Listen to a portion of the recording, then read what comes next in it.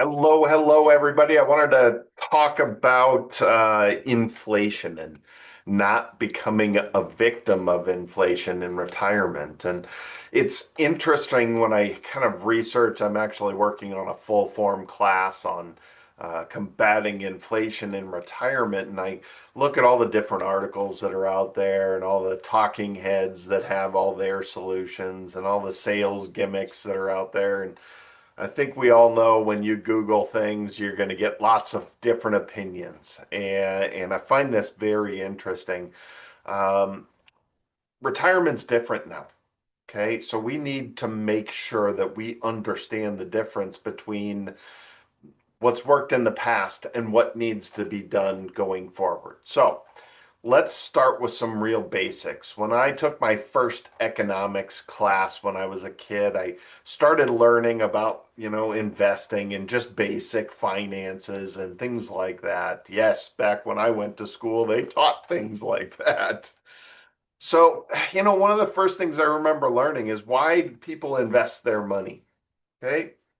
And the answer was always just very black and white. So when you save money, we first learn why do we save money? Well, so we can afford things in the future.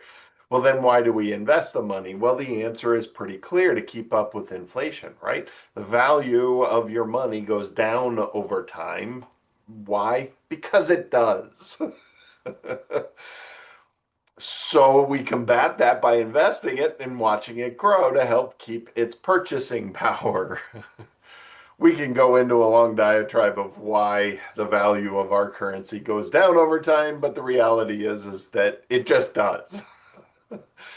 All right, so we invested to keep up with inflation. So as we are making money in our working years, we're saving, we're investing, we're saving, we're investing, we're saving and investing. And one thing I always talked about to people that are retired is, hey, why did you save all this money if you're not going to spend it? So, and a lot of people have an issue going off into retirement and living on more than they make. And so they tighten their belt and say no to things that they could easily spend money on. So we have to loosen up a little bit, right? So the question is, does retirement change this? Does retirement change the fact that we invest our money in order to help us keep up with inflation? And the answer has changed over time, right? Here's the big difference. When Social Security was set up, people would collect Social Security, say, "Hey, I'm of age, I'm retiring, give me Social Security," and live 5 to 10 years. That's about it. But what I'm seeing in retirement nowadays is people spending 20 to 40 years in retirement. Some are lucky, and it's even longer than that. I have clients that have retired in their 50s. I also have clients that still work in their 70s. I see all kinds out there. And the reality is I see retirement lasting so much longer than we ever thought of in the formative years, let's call them. There's lots of financial opinions out there that are still living in a strange old world. You look at the 4% rule. Well, most people don't even understand how the 4% rule works. You're supposed to calculate 4% the day you retire of all your savings and then increase that by the inflation rate every year. Increase the amount you're withdrawing by that inflation rate every year. So, not the 4%. You take that stagnant 4% amount and increase that dollar amount by the amount of inflation. Well, events like 2008 and 9/11, that decade actually blew that whole philosophy out the window. And now they're screaming, you can withdraw 8%, 9%, because the market's gone up 15% a year for 15 years. It's crazy land. So we have to be careful about how we're looking at this. The over exuberance that we get when we have a run of the stock market going straight up for 2 decades almost, it kind of makes us think we can live on our savings. So with retirements now lasting 20 to 40 years, no, we still should look at the reason to invest our money is to help us keep up with inflation. We should never look at our savings and say that growth, I need to rely on growth to survive retirement. I need at least 5% a year for me to maintain my withdrawal rate, for me to keep growing. We can't do this math that way. We can't rely on this money to consistently grow 10, 12, 15% a year every year. You're going to fall victim to inflation down the road because you're going to need more and need more and need more. So if you're already relying on math that requires you to earn at least 2, 3, 5, 10, 20%, you're going to be in big trouble if you live a 20 to 40 year retirement. So there's some easy ways to put some guidelines on this. And the first thing that I always make sure people understand is that income is king. There is a lot of videos I have out there on this, is understanding the people that I find the most comfortable in retirement are the ones that have maximized their income and live lives where their income is what comes in monthly, regardless of how much the stock market went up or not, or how much savings you have. Income is your Social Security, your pension, and for some people, income annuities. You need to have a good, solid base because that's going to allow your savings to actually grow. Okay, it's important for us to structure our retirement properly and for you to not fall victim of inflation 20, 30 years into your retirement. You have to start out by having the right positioning of yourself and your system and how you're funding retirement and your outlook. If you're heavily withdrawing from your portfolio, you're going to struggle when it comes to a long-term retirement. So one of the first things is maximizing your income. And I like explaining this using the basics of Social Security. And yes, there are some people that should take Social Security at 62. Sometimes it's out of necessity, and sometimes it's simply because of health. And some people are doomsdayers. They think Social Security is going away. So let's forget the Social Security is going away. Okay, so that takes away the bird in the hand. If we are structuring our retirement and we are looking at this logically, the vast majority of people that I work with, yes, I get it. I live in a bubble. I work with people that have money. I understand that. But the reality is we are in control of our decisions. We are in control of how long we choose to work. There's a lot of things that we can do to make our retirements better, no matter how much money you have saved. So I want to make sure that I explain the basics of how people should look at Social Security. And yes, for some people, this is controversial. This is not black and white. Some people's situations call for taking Social Security at different times. But if you have the outlook of living 40 years in retirement, maximizing income, especially income that does have a cost of living adjustment, no matter how small and inconsequential you may think it is, it's better than a stagnant income. Okay, these decisions become more and more important, and this is one piece of this. And this applies to your pensions, this applies to your income annuities if you have them. You have to understand when to trigger these types of income, and maximizing the amount that's going to be in your pocket becomes important. So the basic math of this is the earlier you take your Social Security, the less your Social Security will be. So this math says, okay, in my example here, full retirement age is 67. Full retirement age Social Security benefit for this example is $2,500. But if you take at 62, you're only going to get $1,750. And from 62 through the age of 70, that's $196,000 in your pocket. Okay, so if you died at 70 and you took at 62, you got the most pennies out of Social Security possible. Okay, Then you have the choice of 63, 64, 65, so forth and so on. If you waited all the way to 70 and passed away at the end of 70, so you took Social Security at the beginning of 70, you passed away at the end of 70, you'd get $3,100 a month, but you only lived for 12 months, so you got 12 payments. There's your $40,000. All right.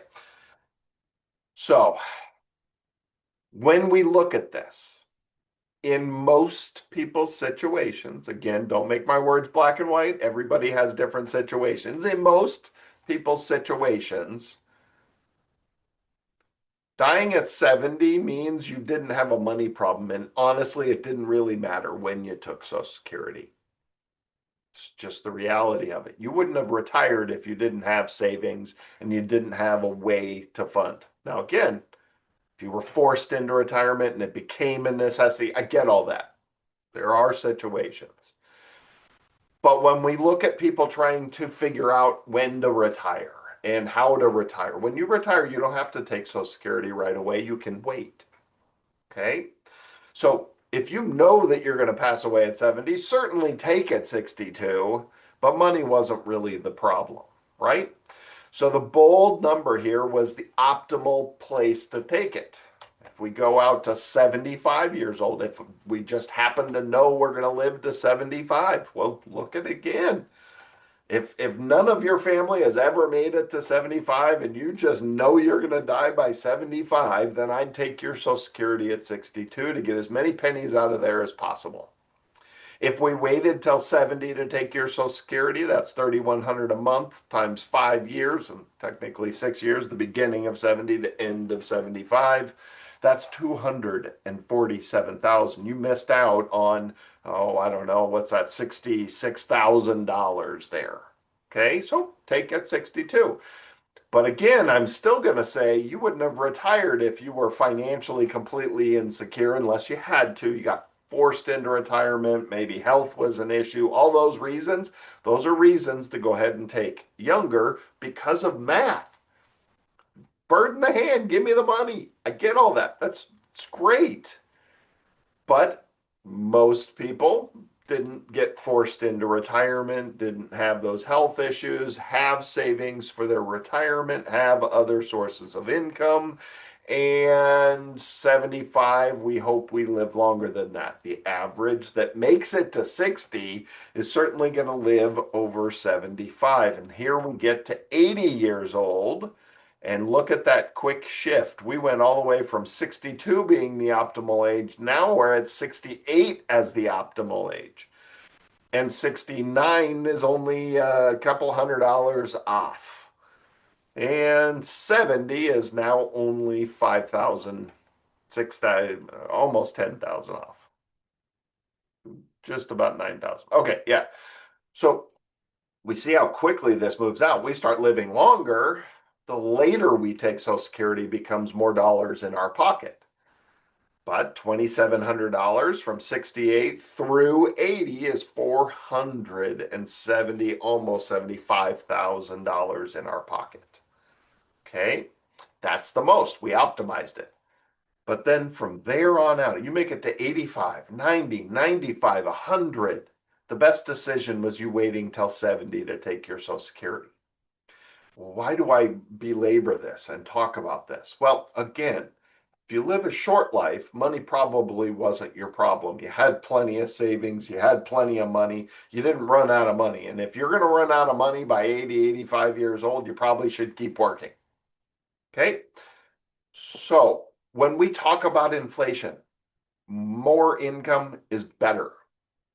I look at clients that are 90 years old. Yes, I have clients that are 90 years old. I look at their Social Security, and when they retired, they were like, whoa, this is a huge income. And now it's $1,200 a month, $1,500, $1,800. That's what Social Securities look like for people that have been retired for 20, 30 years, 40 years in some people's cases. Okay. So this gives perspective in understanding this. The bigger your Social Security, the bigger the cost of living adjustments are. Because you take a 2, 3, 4% add to a bigger dollar amount, it's more dollars in your pocket. If money is not your problem if you pass away at 80, if running out of money is not a worry if you pass away at 80, then living longer is the worry. And more income, better choices of taking your income, whether it's pension or Social Security or triggering an income annuity, things like that. You need to understand that getting more, especially those that have cost of living adjustments, are going to help you in the later years. They're more important, they're more powerful in the later years. You look at the disparity, you live to 100, you got $1.4 million versus less than $1 million up here. This is more dollars in your pocket. But here's the other magical part of this.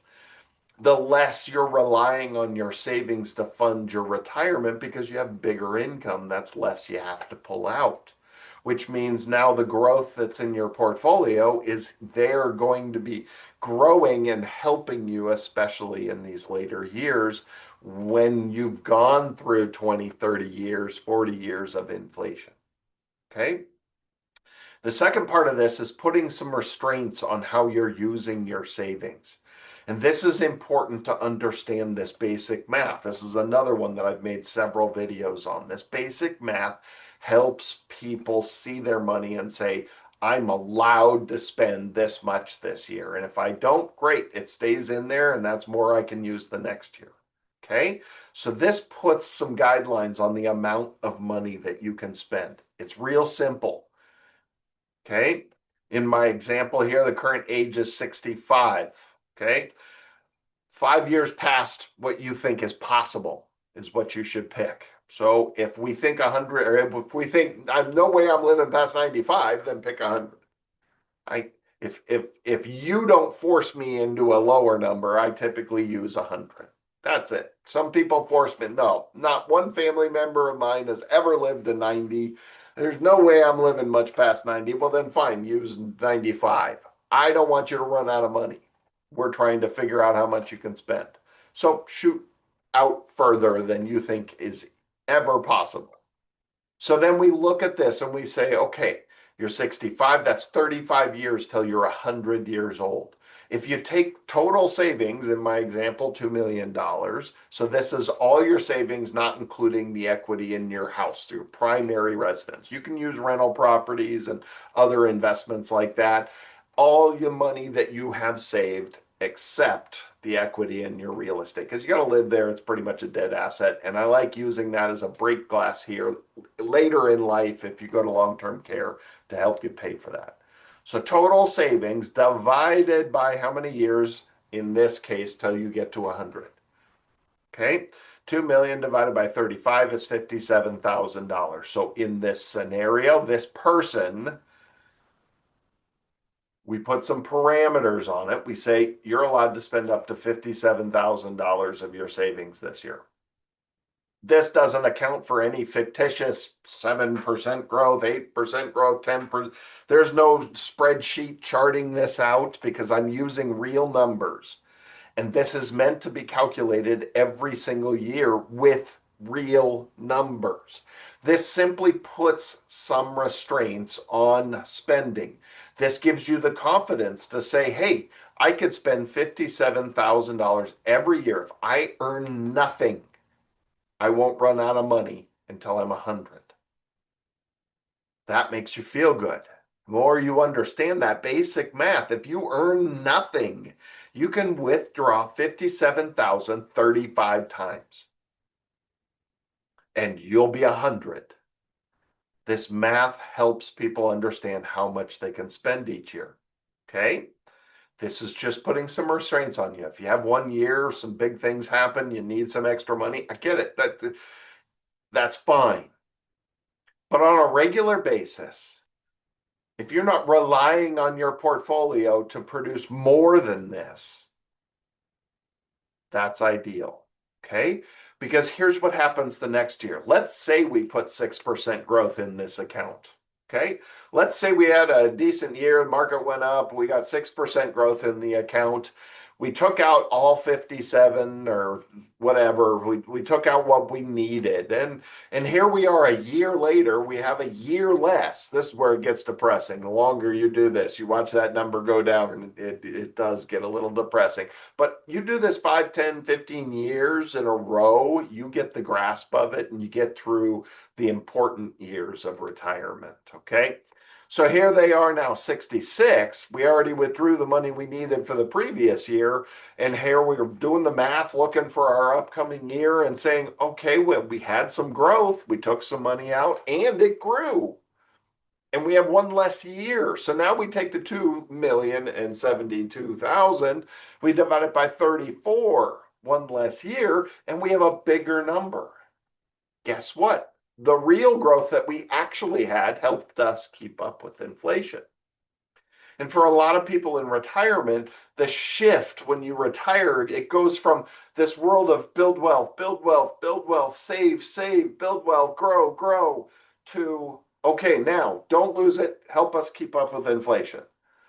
For people that want to enjoy their savings and spend their savings, they can't have that ball bouncing all over the place. We have no idea how much money we have because it's different every single day we look at it. Well, that's why, traditionally they put more bonds in your portfolio to stabilize it. I'm not a big fan of bonds for those that watch my videos. You probably already know that. But the reality is that's why stabilizers are in there, safer investments, so they can, make it less like a racquetball bouncing around. And again, the last 15 years have been fantastic. The market's gone straight up. Everybody that put as much risk as possible in their portfolio wins, period. It works until it doesn't. Then we get that decade from 2000 to 2010, and boom, it all falls apart when you're aggressive. So we got to be careful. But the idea of this math is to do it every year, put some restraints on how much you can spend. Okay? This now says this year you can spend up to 60,000. You can withdraw up to 60. Well, I only need 40. Okay, great. Withdraw 40. Do the math again. Withdraw 40 again. Do the math again. Do it every year. Fill the bank account, spend what you need, and then refill the bank account, rinse and repeat. The principles are the more of this savings that you're relying on, the more of this calculation that you need to take out, the more you're going to need stability in your portfolio so you can rely on it. 100% in the stock market, this number is going to change every year up and down. More stability in retirement, any growth is good. You're going to have a bigger number you get to withdraw next year. Okay, so the more reliable you need that number, the more stability you need in your portfolio. Diversify growth investing into stocks, commodities, real estate, precious metals. When we talk about inflation, you don't just go throw all your money in gold. No, lots of things help us keep up with inflation. Just basic, simple investing helps us keep up with inflation. But commodities always do well during inflationary periods. Real estate always does well during inflationary period. Things like gold and silver do very well in inflationary periods. So diversify a little bit. That doesn't mean split it all up, 25% into each category. No, have 10% in precious metals, have a little bit in commodities in your stock portfolio, a little bit in real estate, there's lots of ways to add this, and it depends on how big your portfolio is and how much we end up diversifying. The other thing is those safe, stable investments that you're adding to your portfolio as you need your money in retirement, you really need to take a good look at those and look at what bonds do when we see inflation. It's a teeter-totter. Interest rates go up, the value of bonds goes down. Bonds are a terrible investment when we flounder around low interest rates. When interest rates hit zero, you get out of every bond that you're in. You want to hold them for a little while because we think interest rates will come down with the new Fed chair, go for it. But know that you're going to sell it after interest rates go down and find better, safe, stable investments. There's lots of wonderful choices out there, and it's just a matter of what your needs are and putting a portfolio together. Okay. Again, the bigger your portfolio, the more you can diversify, the better the performance. It's wonderful. All right. So these are the things, the two main components. It's setting yourself up properly, giving you those parameters of how you're going to withdraw from your portfolio, diversifying that portfolio, and maximizing your income. This is all that goes in to the real world of combating inflation for a 30, 40-year retirement. This is what helps you. All right. This is the real stuff, not the magical, I can fix everything with this investment. All right. I hope that helps. There's obviously a lot more surrounding this and conversations to be had about combating inflation in retirement, specific investments, all those wonderful things. Always happy to chat about that. Yourinvestmentcounselor.com. You can jump on there and schedule a free meet and greet with me. Yes, with actually me. I know there's lots of talking heads out there that you don't ever actually meet with. I'm always happy to jump on Zoom or certainly if you're in Arizona, meet in person anytime you want. We do full classes, and like I said, I've got an upcoming class, a new topic, combating inflation in retirement. We're going to talk about all this. FPFEAZ.org is our nonprofit organization website. And that's where I do all the full form education. Certainly give us a call. Like the video, comments, all those wonderful things. Subscribe to our channel. I try to put out some new content all the time on a regular basis.